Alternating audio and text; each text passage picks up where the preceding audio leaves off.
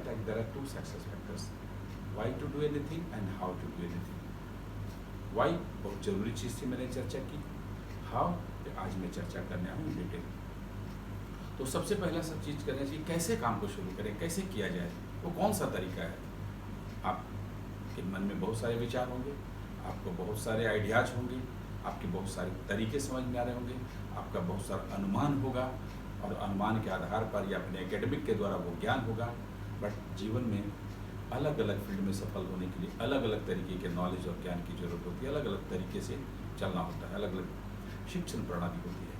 Direct selling में सफलता के लिए भी एक अलग तरीके के प्रोफेशनल एजुकेशन की ज़रूरत होती है, और उसे हम कह सकते हैं सिस्टम का नॉलेज, एजुकेशन सिस्टम का नॉलेज।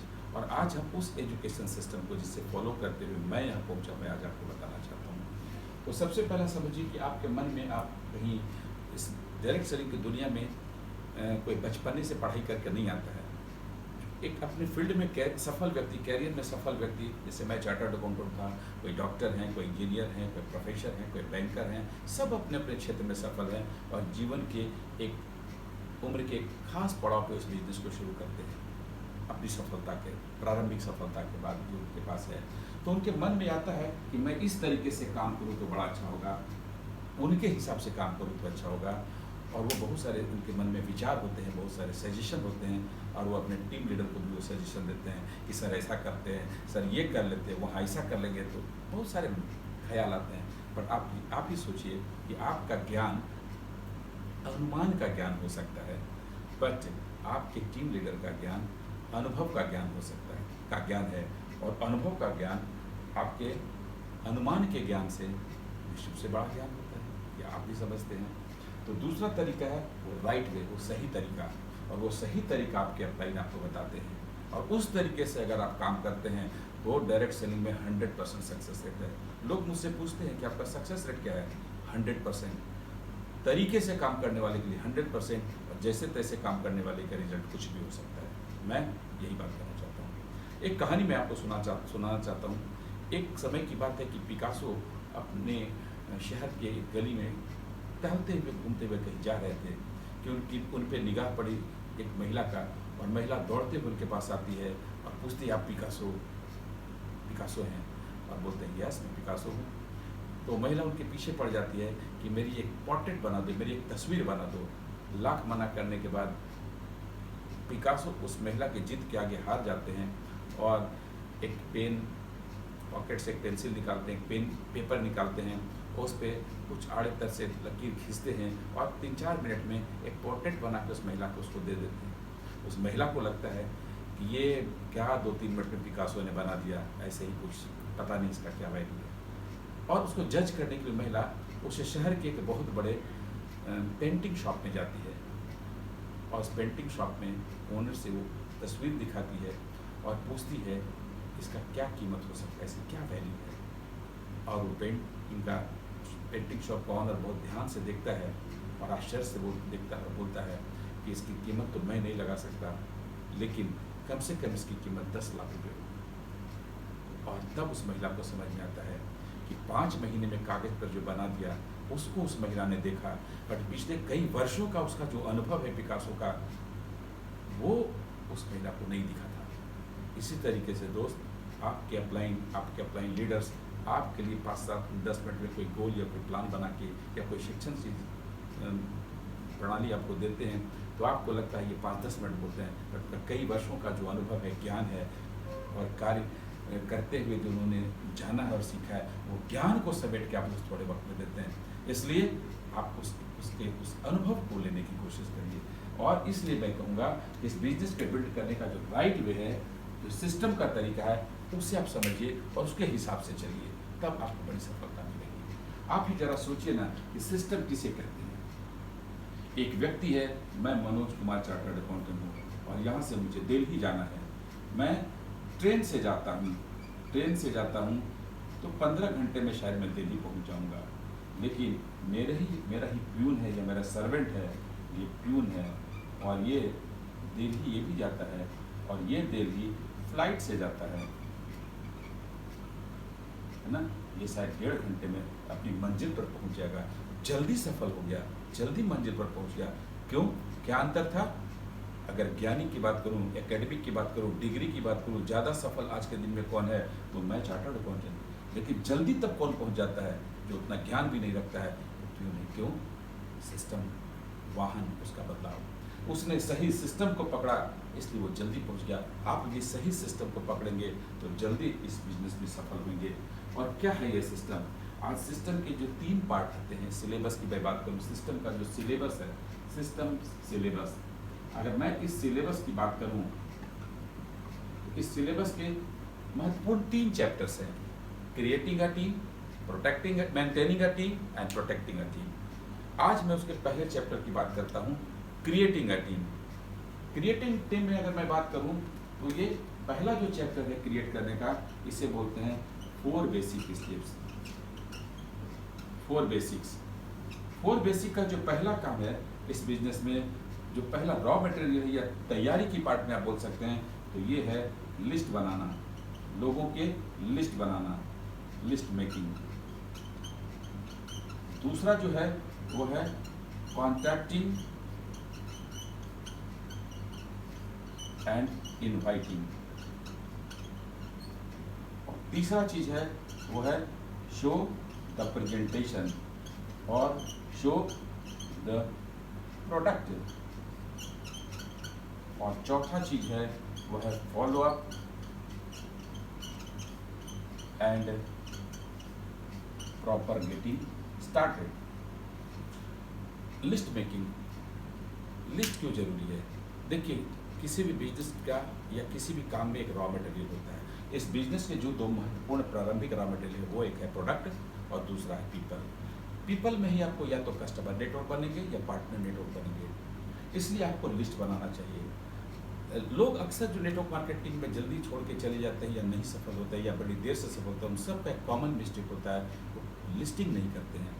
वो अपने दिमाग के लिस्ट पे भरोसा करते हैं। मोबाइल में लिस्ट होता है, लेकिन ना तो दिमाग अपने अपलाइन को दे सकते हैं, ना अपना मोबाइल अपने अपलाइन को दे सकते हैं, जिसके आधार पर वो कुछ बना के आपको बता सके। लेकिन कागज़ के एक प्रॉपर पन्ने पे लिस्ट मेकिंग का एक प्रॉपर चार्ट है, नाम, मोबाइल नंबर, प्लेस, जॉब, उनकी आज की एक आमदनी, क्या आमदनी वो मोटा मोटी बनाते हैं। इस इन्फॉर्मेशन का अगर आप लिस्ट बना के लोगों को देंगे तो आपके अपलाइन आपको सही तरीके से बताएंगे कि कहाँ से शुरू करें, किस व्यक्ति को बिजनेस पहले दिखाएं, कहाँ कस्टमर नेटवर्क के लिए बात करें और कहाँ बिजनेस पार्टनर बनाने के नेटवर्क के लिए बात करें। तो ये बड़ी ज़रूरी चीज़ है लिस्ट का बनाना और उसकी एक कॉपी अपने सक्षम अपलाइन को देना। दूसरी बात है कि लिस्ट बनाने में प्रीजन्स नहीं करना चाहिए, कौन करेगा कौन नहीं करेगा। ना तो हम भगवान हैं, ना तो हमें भगवान बनने की कोशिश करनी चाहिए। भगवान का काम भगवान को करने दीजिए, आप अपना काम करिए। लिस्ट बनाना है तो लिस्ट बनाना है। जितनी बड़ी आपकी लिस्ट होगी, जितनी लंबी लिस्ट होगी, उतना ज़्यादा आपका कॉन्फिडेंस होगा, उतना बड़ा आपका सेल्फ इमेज होगा। और ये बिजनेस लॉ ऑफ एवरेज पर काम करता है, तो ज़्यादा बड़ा लिस्ट होगी तो आपकी जल्दी सफलता मिलेगी। लिस्ट कैसे बनाएं, इस विषय में बहुत सारी किताबें हैं, आपके अपलाइन हैं, आपका सिस्टम है, वो अपने हिसाब से वो क्या सजेस्ट करते हैं, आप उनसे समझिए और सीखिए और उन किताबों को पढ़िए। दूसरा चीज़ है कॉन्टैक्टिंग, इनवाइटिंग। ये एक कला है जिसे आपको सीखनी चाहिए। और आपके कॉन्टैक्टिंग जितनी बढ़िया और जितनी मजबूत और जितनी सशक्त होगी, आपके साथ लोग उतने ही ज़्यादा आपके प्रेजेंटेशन को देखने के लिए आपके साथ बैठेंगे और आपकी सफलता होगी। देखिए, अलग अलग तरहों पे, जगहों पे अलग अलग तरीके से कॉन्टैक्ट होता है। अगर आप शादी में किसी को इनवाइट करते हैं तो एक बढ़िया सा सुंदर सा कार्ड बना के उनको भेजते हैं, आमंत्रित करते हैं खुशी खुशी। लेकिन अगर कहीं डेथ के ओकेजन पर किसी को आमंत्रित करते हैं तो एक सफ़ेद रंग का शोक का संदेश भेजते हैं। उसी ढंग से कहीं सत्यनारायण कथा होता है तो आप फ़ोन करके बोलते हैं प्रसाद खाने आ जाना। और ऐसी तरीके से अलग अलग जगहों पर अलग अलग तरीके से बुलाते हैं। प्रोफेशनल वे में भी कॉन्टैक्टिंग पेपर में निकाल के होता है, नौकरियों के लिए इंटरव्यू कॉल करके होता है। सबका अपना अपना तरीका है। डायरेक्ट मार्केटिंग की दुनिया में अगर आप सफल होना चाहते हैं तो यहाँ भी एक अलग से तरीका है। अगर इनको बताएं तो ये चैप्टर थोड़ा लंबा है, आप इसे बुक में पढ़ें, अच्छे से पढ़ें।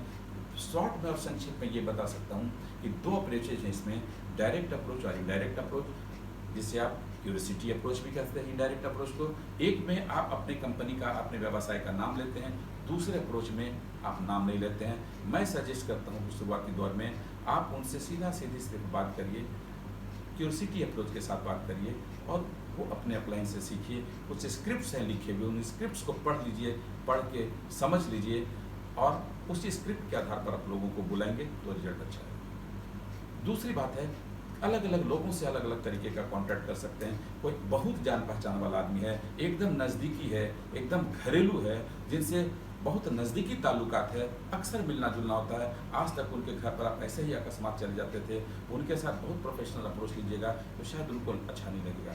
आप उसी तरीके से उनसे मिलिए। आप पूछ सकते हैं, मिस्टर राम क्या कर रहे हो शाम में घर पर? बोले कुछ खास नहीं। तो बस 1-1.5 घंटे के लिए आते हैं, आपके साथ बैठ के कुछ बातें करते हैं और आपके यहाँ चाय पियेंगे। आप चाय पीने के लिए आमंत्रण की तरीके से उस जान पहचान व्यक्ति के यहाँ जा सकते हैं। लेकिन दूसरा व्यक्ति जो थोड़ा उतना क्लोज रिलेशन या क्लोज परिचय नहीं है आपसे, आप उनसे एक फॉर्मल अप्रोच का ले सकते हैं, उनसे समय और अपॉइंटमेंट बढ़िया से लेके बात कर सकते हैं। उनके साथ पूछ सकते हैं क्या उनके पास शाम में 1 घंटे का समय है, आप एक खास बिजनेस प्रेजेंटेशन की उनसे चर्चा करना चाहते हैं, क्या वो जानने में उत्सुक है, और इस तरीके से उनके साथ अपॉइंटमेंट करिए। दूसरा, वो एक ऐसा व्यक्ति जिसके साथ आपका कोई पहले का पूर्व परिचय नहीं है, रेफरेंस का हो या कोल्ड कॉन्टैक्टिंग का, कोल्ड लिस्ट के लोग हैं तो कोल्ड कॉन्टैक्टिंग कर सकते हैं, तो आप उनको रेफरेंस देते हुए बात कर सकते हैं। और यहाँ पर आप क्यूरियोसिटी की अप्रोच की या डायरेक्ट अप्रोच का बात कर सकते हैं, जैसा आपके अपलाइन बताएं। लेकिन आप शुरुआती दौर में जब तक आप कॉन्फिडेंट नहीं हैं, आप क्यूरियोसिटी अप्रोच का इस्तेमाल करें और उनसे अपॉइंटमेंट लेने का मतलब सिर्फ अपॉइंटमेंट लेना है, कॉन्टैक्ट करने का मतलब सिर्फ कॉन्टैक्ट करना है, जज नहीं करना है। और आगे अगर 1-2 बात बिंदुओं को और ध्यान दें कि आपका कॉन्टैक्टिंग और इन्वाइटिंग बहुत शॉर्ट और स्मॉल में होना चाहिए। 1 से 2 मिनट में कॉन्टैक्ट कर लेना चाहिए। ओवर फ़ोन करें तो बहुत अच्छा है, संक्षेप में करें। फ़ोन पे बिजनेस की व्याख्या ना करें, फ़ोन पे सिर्फ संपर्क करें, आमंत्रण करें और अपॉइंटमेंट बुक करें। इसकी जितनी अच्छी आपकी शैली होगी, उतना ज़्यादा आपके साथ लोग बैठेंगे, आपके बिजनेस को समझेंगे और आपका उतना जल्दी अच्छा रिजल्ट आएगा। तीसरी बात आती है शो द प्लान या शो द प्रोडक्ट। आप जब अपॉइंटमेंट लेते हैं तो उनको प्लान दिखा सकते हैं। इसके दिखाने के ऑनलाइन और ऑफलाइन अलग अलग तरीके हो सकते हैं। आप ऑनलाइन मीटिंग बुक कर सकते हैं उनको वीडियो कॉन्फ्रेंसिंग के द्वारा या ऑनलाइन डिजिटल मोड के द्वारा आप उनको बिजनेस बता सकते हैं। आप किसी बड़े सेमिनार में उनको ले जाते हैं, ले दिखा सकते हैं बिजनेस। आप उनको अपने घर पर एक हाउस मीटिंग जहाँ कहीं हो रहा है आपके घर पर या आपके किसी वहाँ पर उनको बुला सकते हैं, या 1-on-1 अपने घर पर या उनके घर पर या किसी खास जगह पर उनसे अपॉइंटमेंट लेके 1-on-1 प्लान दिखाने का कर सकते हैं। देखिए, प्लान कोई अच्छा या बुरा नहीं होता है। प्लान जो आप दिखाते हैं वो अच्छा प्लान है और जो आपने दिखाया नहीं वो बुरा प्लान है। दूसरी बात, प्लान दिखाने वाला व्यक्ति इंपॉर्टेंट और अच्छा नहीं होता है, प्लान देखने वाले की भूख कितनी बड़ी है वो इंपॉर्टेंट होता है। अमिताभ बच्चन साहब भी अगर प्लान दिखाएंगे तो भी शायद व्यक्ति नहीं आएगा, और एक आप या कोई साधारण नया व्यक्ति भी प्लान दिखाएगा तो भी व्यक्ति को ज़रूरत और आपको समझ में आता है तो आपके साथ आएगा। लॉ ऑफ एवरेज काउंट करता है। अगर आप 100 लोगों की बात करते हैं तो 80-20 रूल होता है। सही ढंग से अगर आपने प्रेजेंटेशन दिया, डेमोन्स्ट्रेशन दिया, तो 100 में 80 लोग आपके साथ शायद ना आएंगे, पर 20 लोग आपके साथ जरूर आएंगे और वो आपके साथ बड़े बिजनेस का निर्माण करेंगे, आपके प्रॉपर पार्टनर होंगे और वो पार्टनरशिप की ओनर भी करेंगे। 80 लोग हैं वो आपके साथ नहीं आएंगे, लेकिन आप उनको कस्टमर नेटवर्क अपनी बुद्धिमानी के द्वारा आप उन्हें बना सकते हैं प्रोडक्ट डेमोन्स्ट्रेशन की बात करके। प्लान कितने समय का होना चाहिए? जैसा समय वैसा प्लान। आप 8-10 मिनट का भी प्लान दिखा सकते हैं। आप उन अगले के पास समय है तो आप 20-25 मिनट में पूरी व्याख्या कर सकते हैं, और लेकिन 10-15 मिनट में प्रोडक्ट के कुछ डेमोन्स्ट्रेशन जरूर दिखानी चाहिए। प्लान का मतलब होता है मनी प्लान का प्रेजेंटेशन एंड प्रोडक्ट का डेमोन्स्ट्रेशन, और ये दोनों ही चीज़ अगर आप करते हैं तो आपका प्लान कंप्लीट होता है। और शुरुआती समय में आप प्लान अपने अपलाइन के साथ जाइए और उनको देखिए कि वो क्या कर रहे हैं, और उनसे 8-10 प्लान देखने के बाद आप खुद से प्लान दिखाना शुरू करिए। आपके द्वारा दिखाया और गया प्लान में ज़्यादा रिजल्ट आएगा, क्योंकि आपके लोग उस कंपनी को ज्वाइन नहीं करते हैं। आपके लोग आपको और आपके विवेक को जानते हुए, आपके गुडविल पर, आपके ट्रस्ट पर, आपके संबंधों के कारण शुरुआती दौर में आते हैं, और जब उस बिजनेस को बढ़िया से समझते हैं तो फिर वो बिजनेस के कारण से आते हैं और बड़ा बिजनेस करते हैं। सो प्लान दिखाइए, खूब ढेर सारा प्लान दिखाइए। आप ज़्यादा से ज़्यादा प्लान दिखाइए तो ज़्यादा से ज़्यादा रिक्रूटमेंट होगी और आपकी एक टीम क्रिएट होगी। लास्ट में फॉलोअप। बहुत सारे लोग उसी समय निर्णय ले सकते हैं कि वो प्रोडक्ट के कस्टमर बनेंगे या बिजनेस पार्टनर बनेंगे। कुछ लोग प्रोडक्ट कस्टमर बनते हैं और बाद में वो बिजनेस पार्टनर बनते हैं। प्रोडक्ट कस्टमर को रजिस्टर्ड करते हैं तो उसे प्रेफर्ड कस्टमर बोलते हैं, और अगर बिजनेस में रजिस्टर करते हैं तो उन्हें ADR, जो बाद में ADS बोलते हैं, कहते हैं। यानी कस्टमर एंड बिजनेस बिल्डर, ये 2 कैटेगरी। लेकिन कुछ लोग ऐसे हो सकते हैं जो 1-2 दिन का समय मांग सकते हैं किसी और कारण से, उनकी व्यस्तता के कारण, घर में किसी समस्या के कारण, या उनके पति पत्नी के साथ नहीं होने के कारण। ऐसे स्थिति में आप उनको कुछ फॉलोअप मटेरियल दीजिए, कुछ लिंक भेजिए उन्हें ऑडियो एंड वीडियो का, बुकलेट्स अगर आप है तो वो दीजिए, या डिजिटल बुकलेट दीजिए, कुछ दीजिए ताकि अगला अपॉइंटमेंट बुक हो सके, और उनसे अगले अपॉइंटमेंट को बुक करिए। उनके कुछ खास प्रश्न होते हैं, उस प्रश्नों को सॉल्व करिए। फॉलोअप इनफैक्ट क्वेश्चन हैंडलिंग का ही पार्ट है। तो उनके 7-8 प्रश्न होते हैं, प्रोडक्ट महंगा है, मेरे पास समय नहीं है, मैं कैसे करूँगा, मैं किसी को बोल नहीं सकता, मैं इस शहर में नया हूँ, मैं बहुत लोगों को नहीं जानता हूँ, लोग क्या कहेंगे, पहले कुछ लोगों से पूछ लेते हैं फिर करेंगे। यही सब 10-12 प्रश्न हैं जिनका आपको उत्तर पहले से मालूम है, सिलेबस आपको पता है। आप बुक में उन सारे प्रश्नों का उत्तर पढ़ लें और अपने अप्लाइन से सीख लें। आपको पता है कि आप एक ऐसे एग्जाम में जा रहे हैं जहाँ प्रश्न पहले से आपको पता है, उत्तर आपको उस हिसाब से दे देना है और उनकी सही शुरुआत करना है। प्रॉपर गेटिंग स्टार्टेड, सही शुरुआत आधी फतेह। आपने अगर सही शुरुआत करा दी तो आपकी आधी जीत हो गई। इन सारे बिंदुओं को मैंने संक्षेप में आपको बताया, इस पर ध्यान आकर्षण किया कि इसका इंपॉर्टेंस क्या है, इसका महत्व क्या है। लेकिन फिर से आप अपने जो अपलाइन पार्टनर, आपके वर्किंग पार्टनर, उनके साथ बैठिए, इन चीज़ों के बारे में डिटेल से पूछिए, उनसे लिटरेचर और कुछ बुक्स एंड मटेरियल से वो लीजिए, कुछ audio and video links and CDs उनको लीजिए, आपको डिटेल में समझ में आएगा। और आपकी जो पहली पार्ट है, क्रिएटिंग अ टीम, रिक्रूटमेंट कैसे होता है, टीम को किसी लोगों का रिक्रूट करना, एक टीम को पहले क्रिएट करना और उसके बाद टीम का मेंटेन करना और प्रोटेक्ट करना।